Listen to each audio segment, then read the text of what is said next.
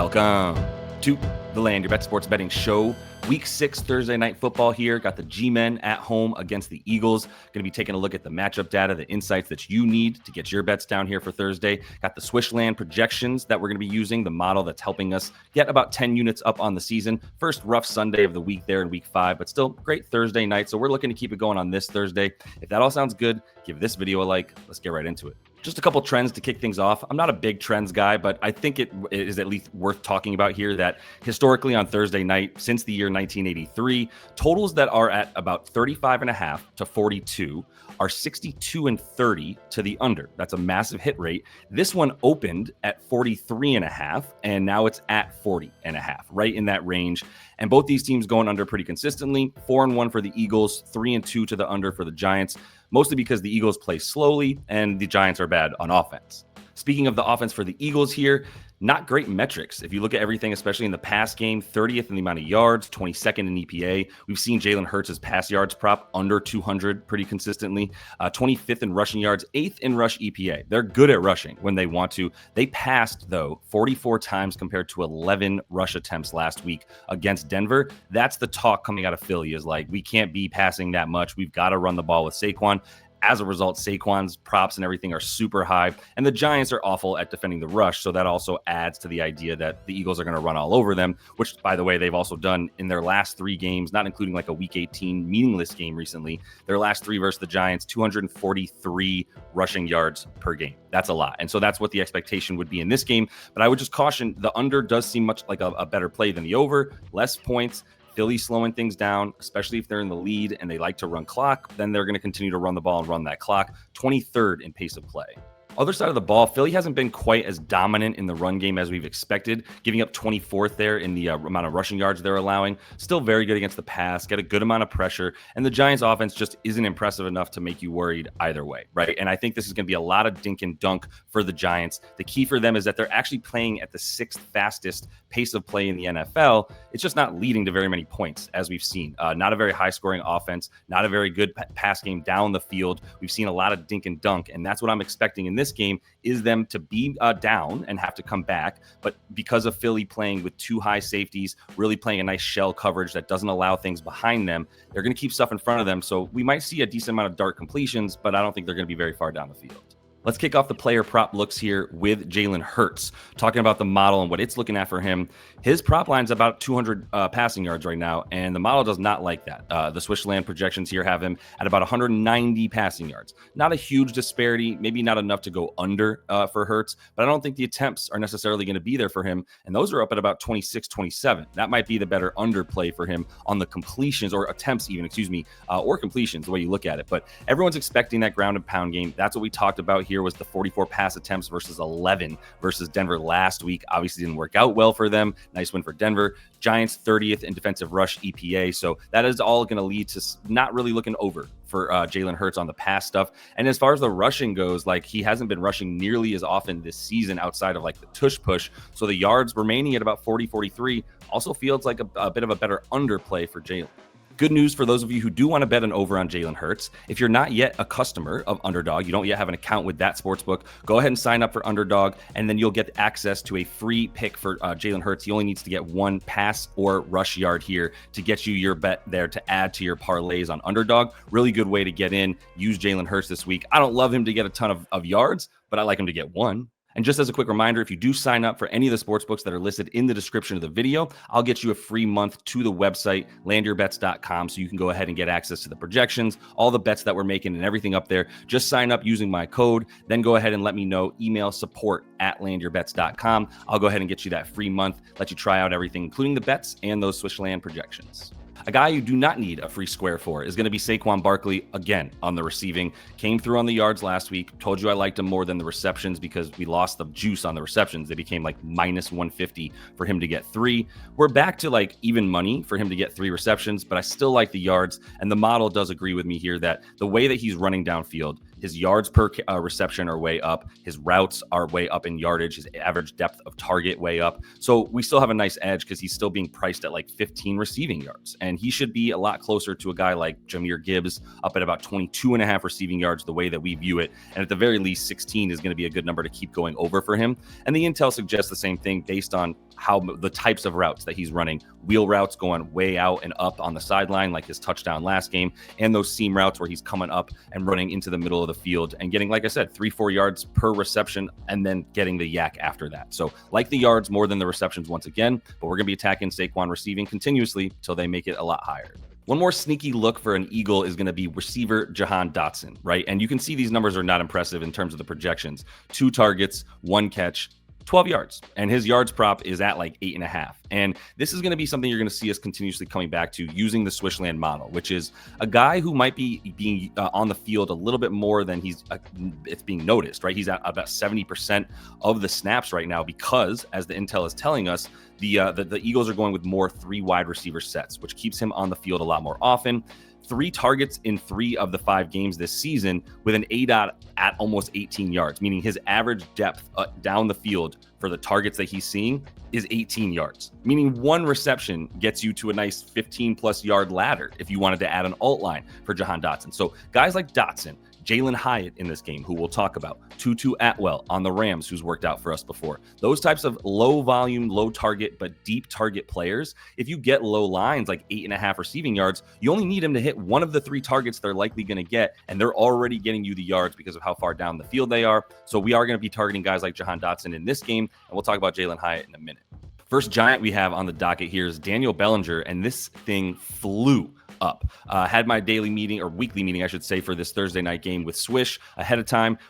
This opened at 5.5 receiving yards for Daniel Bellinger. I think he's all the way up at like 14 yards within the hour since I've made this bet myself, right? So that tells you something that he is liked a lot here. Despite what the intel says, or I should say the stats say about Philly being really good at limiting tight end stuff, I don't really care when the expectation for the game script is the Giants are going to be from behind. They play a lot more dink and dunk. The Eagles give up dink and dunk. They don't give up deep balls. And this is one of your dink and dunk guys, but the yards are still good at like 16 yards probably, right? Just because he is a slightly deeper target than the other tight end they're running out there in Theo Johnson, who we are going to talk about in a sec for Theo Johnson stuff, but Theo's not going to be as good for yards because Daniel Bellinger is going further down the field with his routes. This is the guy to take for yards, but we do got to at least talk about the other tight end because the intel is telling us that they are running more 2 tight end sets for the G-men with their quarterback Jackson Dart now out there. Plus, we don't have Malik Neighbors. So the deep air game that was Russell Wilson to Malik Neighbors and company is gone, right? We're seeing everybody run a lot more short routes and a lot fewer deep balls being thrown by Jackson Dart. Last week, Theo Johnson had 7 targets without Neighbors, and he is the short route guy. And that is what you're going to see. Short crossing routes, anything inside of 5 to 6 yards is going to be available for guys like Theo Johnson, maybe some Wandale Robinson, who will be running some shorter routes as well, crossing routes across the field. That's how you score against a team that's playing with 2 safeties up really, really high to force everything in front of them and keep the deep ball from being a possibility. So negative game script, dink and dunk. Theo Johnson on the reception specifically, probably going to be a better look than yards for sure. And if you want to take an over, this is the way I'd go. How about some Skattebo here? Cam Skattebo, running back who, look, we got to talk about the fact that Tyrone Tracy is going to be coming back this week. That's clear. Not sure the amount of snaps that Tracy's going to get, how highly he's going to be used coming off of that injury. But we do know that Scat's going to be out there for the receptions. And that's why I prefer him on the receiving than the rushing this game is, one, if they're playing from behind, not very many opportunities to run. Even though the Giants have shown they will run in negative game scripts and certainly neutral game scripts, I do think he's going to be more effective in the pass game.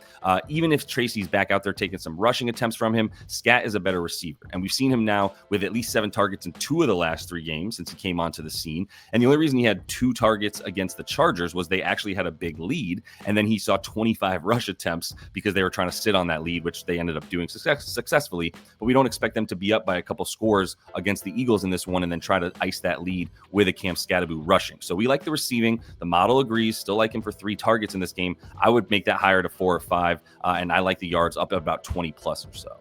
All right, Nate is here to drop a couple player props that he's got for us in this Thursday night game here, both looking at the Eagles, which is good because I'm talking about a lot of Giants, to be honest. And I think it's because of the positive game script here that we're going to see from the Eagles. And I think that probably comes into play in some of your looks as well. So let's kick it off with the Hurts stuff you're talking about.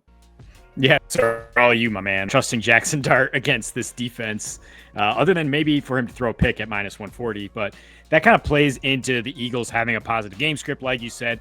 And I think they really just get back to their identity as a ground and pound team here, which means fewer passing yards for Jalen Hurts, probably less scrambling as well. I think you can probably find under 240 still at this point in terms of his pass plus rush.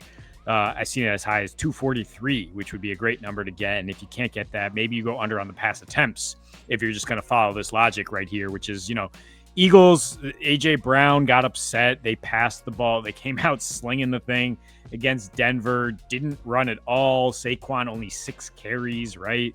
That's the whole narrative last week. Then there was a private meeting that wasn't like a big deal, but Saquon talking to A.J. Brown about like maybe not freaking out if you don't get the ball. And, the Eagles need to get back to their mojo here. And this is the perfect spot. I mean, the Giants are the worst defense against the run by EPA, and it's not particularly close. Last 3 opponents for the Eagles have been top 10 in rush yards allowed. Last 2 have been top 10 in EPA. And those were kind of outlier games in terms of how they came out. The Rams comeback and how they came out against the Broncos. In the other 3 games this year, Jalen Hurts is averaging 127 passing and under 150 air yards. They're just getting nothing going downfield with his new OC. His last 3 against the Giants, if you filter out 2 meaningless Week 18 games, he's averaged 243. The Eagles have averaged 243. Right. That's the point right there. And Hurts only 153 passing through the air. And he hasn't even really burned them with his legs lately. Like a couple of years ago, he did. They've adjusted. His last 3 regular season, we're talking 27 yards on the ground. And the Giants have been pretty good containing rushing quarterbacks in general. Solid last year, twice against Daniels, once against Hurts, once against Lamar.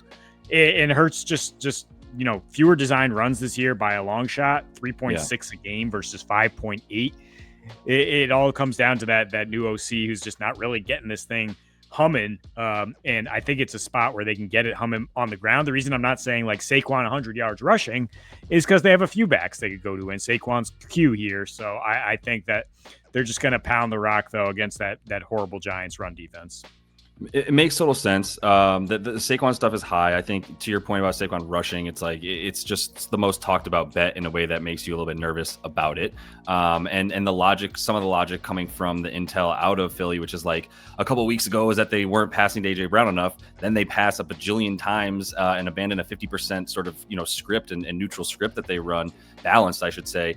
And they just go to the pass a ton against Denver, and then now the narrative is, they're passing too much. It's like they can't win in that regard, but that's what it's like to play in Philly, I imagine. Either way, I don't think that's impacting what they're actually doing. I think you just look at the game script here, and if you really don't believe in the Giants to be able to do much against this team at all, which I truly don't, and I think the only reason this thing's sticking a little close, obviously we got a loss for the Eagles. Giants won 2 weeks ago in a game that was definitely considered an upset before you saw what the Chargers did against the Manders, maybe. Either way, my point is like, yeah, this should still be a positive game script for Philly that I don't know if it's baked into the numbers quite enough, to be honest. And I like that look here for Hurts under. When we come to Saquon here, you're actually talking about the receiving, which I've been talking about all season as well. And I really don't have any reason to abandon it in this game, which I briefly spoke about already in the episode. But where are you at with his receiving? Why you like it as well?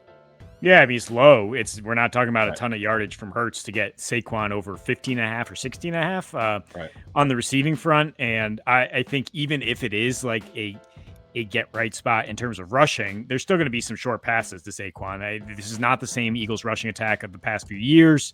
They still have injuries up front, so they can't just necessarily get downhill. Teams are stacking the box. The Giants are going to stack the box, right? So they want to get Saquon the ball in space. This has been the emphasis since the preseason. His route percentage is up about 8%. His catch rate is up 13% from last year. Yards per route run also up as he's just been getting those better opportunities. And in these familiar matchups in the division, like, yeah, the Giants know they're bad stopping the run. The Giants know the Eagles want to run. So it's kind of like, I know what you know what I know. And then that's when you get these like counters with the screen game to Saquon, and he can easily rip off 16 plus on a screen. I think his longest reception is about 10 yards. Don't hate that. I mean, because he in his one revenge spot against them last year, he rushed for 176. So everybody's thinking about revenge again and Saquon getting right. I think he totally can get over on the rushing, but I think this number is so low and the way he's been used this year that they might want to counter that New York Giants pressure. You see there, 55% of Saints dropbacks last year. They were last week. They were in the backfield, right, pressuring. And so if Hurts is getting that pressure in his face, he's going to look for the check down. Yep. Yeah. It wasn't actually particularly successful either, to be honest, against Rattler with 31 attempts. But Rattler's still looking for Kamara a good amount, as we know, and Saquon, the usage here. That continues to be the narrative, at least on Land Your Bets here, is like, all right, until you make Saquon and you price him around like Bijan or Jahmyr Gibbs receiving, then we're going to keep hitting over because we value him closer to 25 receiving yards per game than the 15 that they keep labeling him with. So happy to take that over. But like that, we're in agreement in a lot of stuff here. I think we're both saying, look, we do believe in this positive script for the Eagles and that they're going to run the ball a ton. There's better ways to play it than Saquon over 86 yards rushing and stuff like that. And that's some of the ways that you are attacking this. So I'm in agreement with you there. Appreciate the time as always. Make sure you come back to the channel for Nate's closing line videos. He'll have some player props for this Sunday as well. So until we see you next, Nate, happy betting. I mentioned we had to at least talk about Jalin Hyatt because he was a source of contention in the premium stuff last week in the VIP Discord, etc. Jalin Hyatt did not come through on the ladders for us, but I want to point out that he had the targets, and he, similar to who we were talking about when we were talking about Jahan Dotson, he's a guy who might not be seeing more than 3, maybe 4 targets now that Darius Slayton is also out this week, in addition to Malik Neighbors. So he moves even higher up the depth chart for Jackson Dart as far as targets are concerned, but he still had 3+ last week. And all 3 of those targets were at 25+ yards at least. He had 113 unrealized air yards, meaning the total amount of his targets where he was standing on the field. If he had just caught the ball with no yards after the catch, if he caught all 3 of them, he's looking at $113 in receiving yards. We laddered him to 40. You see what I'm saying? So it's a boomer bust play, but you're going to sweat it out and go, well, he's not getting very many targets, so there's not going to be as many opportunities, but this is going to be the deep threat for this team. He saw all the deep balls last week. He's going to see the deep balls this week from Jackson Dart, and he should see a few more targets than last week with Darius Slayton out. So I'm going back to Jalin Hyatt, I guess is what I'm saying. All right, y'all, don't forget to check out the site. Plenty of great content on there for y'all. Obviously, if you want to get behind the paywall to see the projections and the bets specifically, that's where you want to go, is to the subscription pages. But either way, hope to see y'all in there. Going to be back the rest of this week as well with Nate's closing lines. I'll have player props for Sunday and Monday. So until we see you next, happy betting.